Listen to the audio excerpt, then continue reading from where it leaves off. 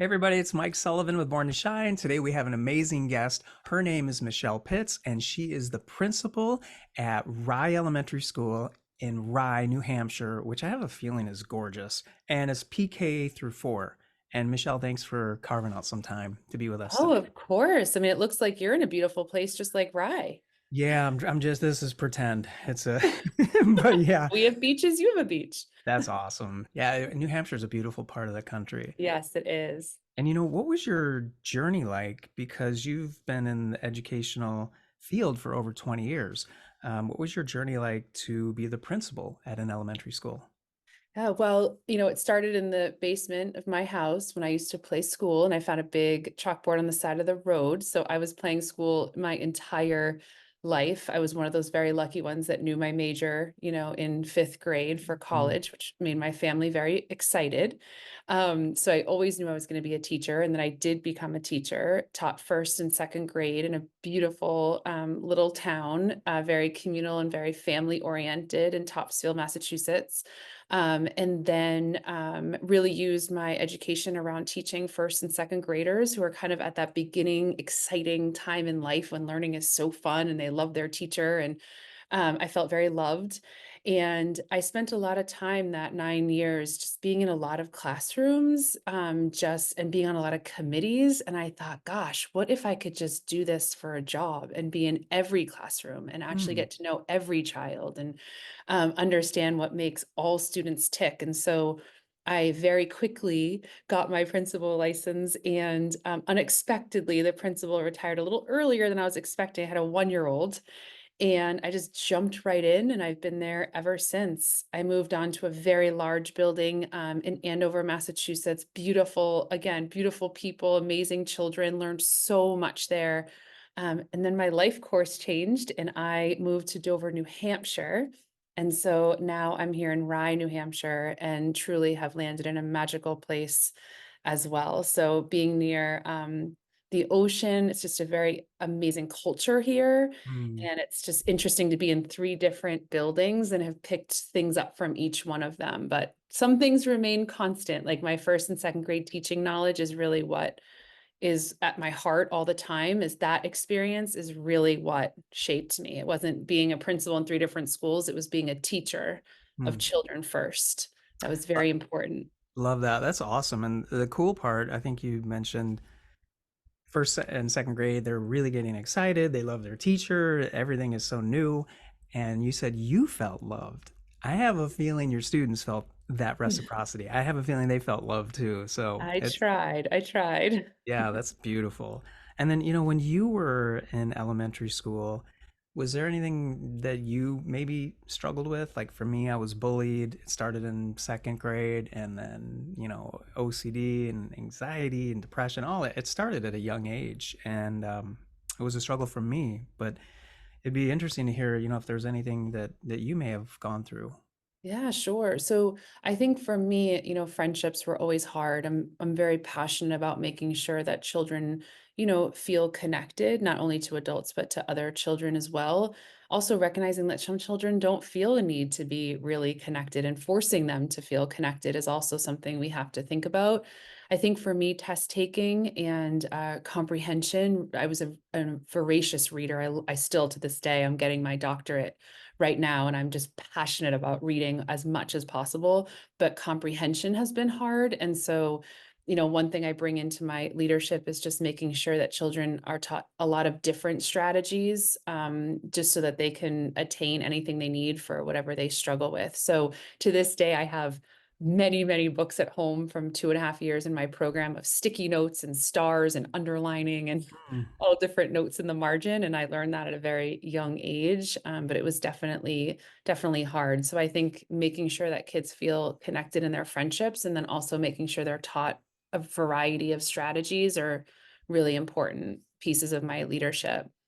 That's that's smart and really wise because so many kids, and all of this, but so many kids learn differently, right? Some are visual, some are auditory, some are kinesthetic learners, and some thrive with their creativity and imagination. Other are just super, nuts and bolts, gimme. They're very logical, and others are a little have more of the creative gift. So it's Right. really wise that you're teaching in many different ways because everyone learns in a slightly different way. So that's Yes, they do. beautiful that you're doing that. And then also on the connection element too, that's so important because being connected, I mean, isolation isn't good for anyone. Just No. that's proven. And No, it is not. I actually, I have a talk that I do called "The Happy Leader Sets the Happy Meter," and you're asking kind of who I was kind of as a child, and one mm, thing I have always had is a pretty constant mood.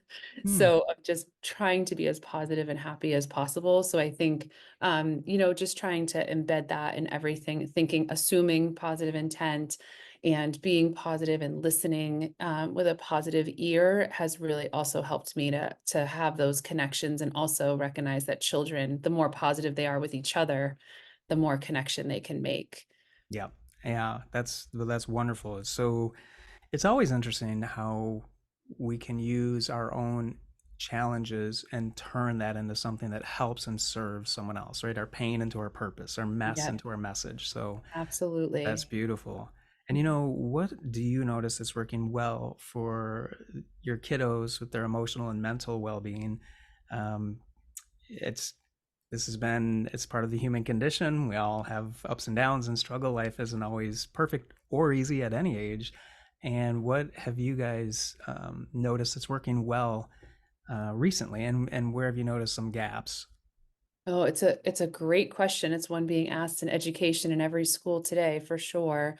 It's a real strong passion of mine. I definitely think that children have a lot to say.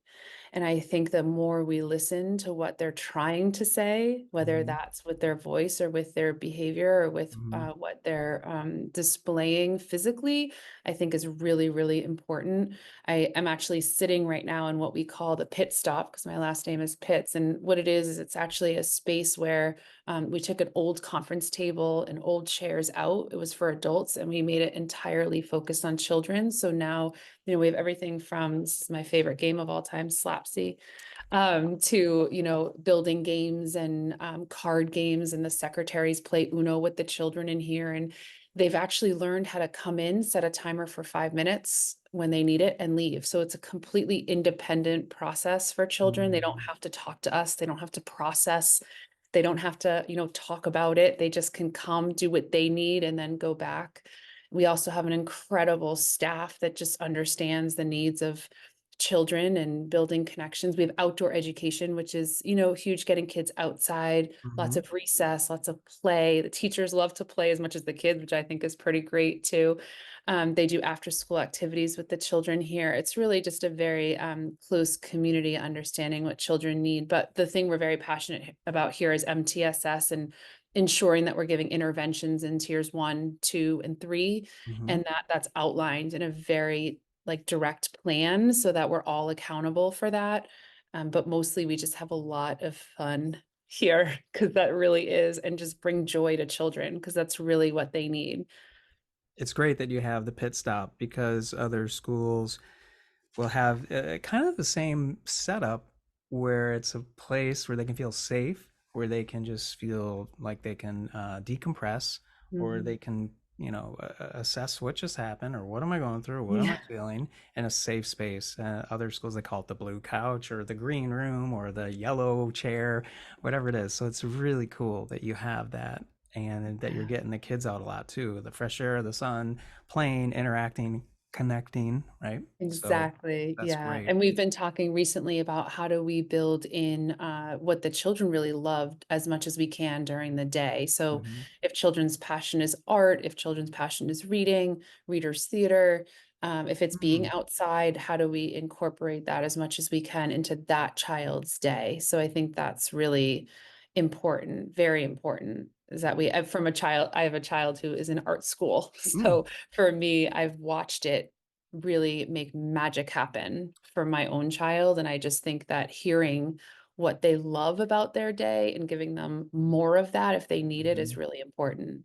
That's really wise because now you're also seeing the dramatic and positive impact through your daughter, Yeah. and also being flexible.